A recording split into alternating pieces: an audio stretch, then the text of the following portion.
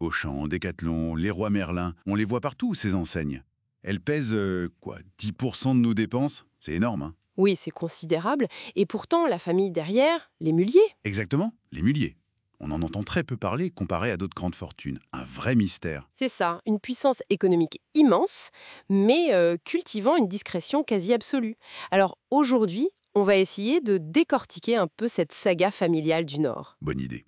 Comprendre comment ils ont bâti cet empire et surtout comment ils le tiennent dans l'ombre. On va remonter aux sources, aux origines. Début du XXe siècle, Roubaix. Ah, Roubaix. Le textile, c'est ça? Oui, Louis Mullier, milieu modeste mais avec des valeurs fortes. Travail, discrétion, un peu d'austérité aussi, très ancré dans le catholicisme social de l'époque. Et le mariage qui change un peu la donne? Tout à fait. Marguerite Layenne, issue de la bourgeoisie locale. Ça apporte une dot, un réseau. C'est ce qui lui permet de lancer son premier atelier en 1904. D'accord. Et ensuite, la génération suivante, fil d'art. C'est ça. Gérard Mullier père, il crée Fil d'Art. Au départ, c'était au fil d'art. Spécialisation dans la laine, les collants. Et là, il y a une innovation clé chez fil d'art, non? Pas juste la laine? Exactement. C'est l'idée de la franchise, dès les années 40. Bon, ça a mis du temps à se mettre en place, presque 40 ans pour vraiment déployer le modèle. Malin comme approche. Grandir vite sans sortir des sommes folles. Ben oui, s'appuyer sur des commerçants indépendants, c'est un modèle qu'ils vont beaucoup réutiliser en fait. Et puis arrive la crise du textile, années 60. Un coup dur, on imagine. Oui, mais pour Gérard Mullier fils, le neveu du fondateur de Fil d'Art, c'est presque une opportunité. C'est là qu'Auchan entre en jeu. Voilà. 1961, il récupère une usine Fil d'Art désaffectée à Roubaix, dans le quartier des Auchan. D'où le nom, Auchan. Ah, d'accord. Je ne savais pas pour l'origine du nom. Mais ça n'a pas marché tout de suite. Oh non, début très difficile. Son père lui aurait même donné 3 ans pour faire ses preuves. Pas plus. La pression. Et comment il s'en sort? Il observe beaucoup. Il va voir ce que font Carrefour, Leclerc, et il comprend un truc essentiel. Lequel? Que la richesse, dans ce commerce-là, elle vient des volumes énormes, pas les marges sur chaque produit. Donc il faut des prix bas, très bas. La fameuse stratégie des marges faibles. Le coût du whisky pas cher pour attirer le chaland. C'est un peu ça, oui. Attirer les hommes qui en parlent ensuite à la maison. Et puis, il y avait aussi une culture d'entreprise assez proche des employés, à l'écoute du terrain. Intéressant. Mais il ne s'est pas arrêté à l'hypermarché seul. Non, il a eu cette vision de... comment ils appellent ça déjà? La marche en escade. La marche en escade. C'est-à-dire, L'idée, c'est d'entourer l'hypermarché Auchan avec d'autres magasins, d'autres enseignes de la famille qui sont complémentaires. Créer une vraie destination shopping. et tout est contrôlé par la famille, y compris les murs. Exactement. Il crée Citrus, une foncière. Elle possède les terrains, construit les centres commerciaux et perçoit les loyers, des propres enseignes de la famille. Ah oui, la boucle est bouclée. L'argent circule, mais toujours en interne, quoi. C'est ça, et c'est comme ça qu'on voit arriver Saint-Maclou pour les sols, Noroto pour les voitures, Flunch pour manger un morceau, Qui habille pour les vêtements, le roi Merlin qui le rachète pour le bricolage. Boulanger pour l'électro, Decathlon bien sûr pour le sport, et même Cultura, Jules. La liste est longue. Toujours la même recette. Prix bas, grande surface en périphérie, et cette synergie entre les enseignes. Oui, on passe de l'une à l'autre sans même forcément savoir que c'est le même groupe derrière. Mais alors, gérer tout ça. Et surtout, une famille qui n'arrête pas de grandir. Plus de 1500 héritiers aujourd'hui, c'est fou.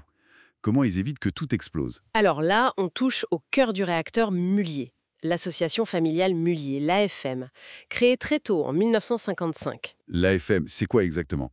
Une sorte de holding? C'est plus que ça. C'est inspiré par la doctrine sociale de l'Église, l'idée de communauté, de pérennité. Le principe fondateur, c'est tout dans tout. Tout dans tout. Ça sonne un peu... Un peu étrange, oui. En gros, les membres de la famille n'ont pas des actions Auchan ou Decathlon directement. Ils ont des parts de l'AFM. Et c'est l'AFM qui détient collectivement toutes les entreprises. D'accord. Donc impossible de vendre ces actions comme ça? Impossible de vendre à l'extérieur du clan. C'est verrouillé. On parle parfois de communisme actionnarial. Bon, le terme est un peu fort, mais ça décrit bien l'idée de propriété collective et de contrôle total. Les échanges de parts se font en interne, une fois par an, à une valeur fixée par l'AFM elle-même. Une sorte de crocon, de forteresse pour protéger le capital familial. C'est exactement ça. Une structure conçue pour la survie de la dynastie. Et c'est une vraie organisation, hein, Ah oui, avec des comités, des choses comme ça. oui. Il y a Mobilis, le Family Office, qui gère la fortune et forme les jeunes. Il y a une commission Affectivitatis pour gérer les relations, la cohésion. Voilà, et même un incubateur interne, le cercle des entrepreneurs. Les règles sont strictes. Que les descendants directs. Si un conjoint divorce, il doit rendre ses parts. Tout ça explique leur culture du secret et leur fameux dicton. Le bruit ne fait pas de bien, le bien ne fait pas de bruit. Exactement. Une sobriété affichée aussi. Mais cette opacité, forcément, ça attire les critiques, non? Bien sûr, le manque de transparence d'un groupe aussi gros et non coté, ça pose question. L'optimisation fiscale aussi, avec les résidences en Belgique, à Néchin, les holdings au Luxembourg. Il y a eu des affaires précises aussi, non? Oui, l'affaire Alinéa en 2020, par exemple. L'effacement de dettes grâce à l'État, puis le rachat par la famille. Ça avait fait grincer des dents chez les créanciers. Ou plus récemment, le contraste entre le plan social chez Auchan et les gros dividendes chez Decathlon. Malgré tout, l'empire reste colossal. On parlait de 100 milliards d'euros de chiffre d'affaires cumulé. Environ, oui. Une fortune familiale estimée autour de 50 milliards et surtout, premier employeur privé en France avec 650 000 salariés. C'est énorme. Donc, si on résume, des débuts modestes, une croissance basée sur l'innovation, la franchise, le discount, l'écosystème, et cette structure familiale unique, l'AFM, qui assure la cohésion. Et une culture du secret très forte, avec forcément son lot de controverses et de critiques sur les pratiques fiscales ou sociales. On dit souvent que la troisième génération dilapide tout. Eux, ils ont clairement cassé ce schéma. Mais aujourd'hui, avec la concurrence d'Internet, la pression de l'opinion, Ben oui, c'est la grande question. Est-ce que ce modèle si particulier, cette république familiale, comme on dit parfois, est assez souple pour s'adapter? comment vont-ils gérer les tensions internes, les pressions externes, sans que ça craque? C'est tout l'enjeu pour eux, maintenir l'unité et la performance face à un monde qui change très vite. L'avenir de cet empire si discret dépendra de leur réponse à ces défis.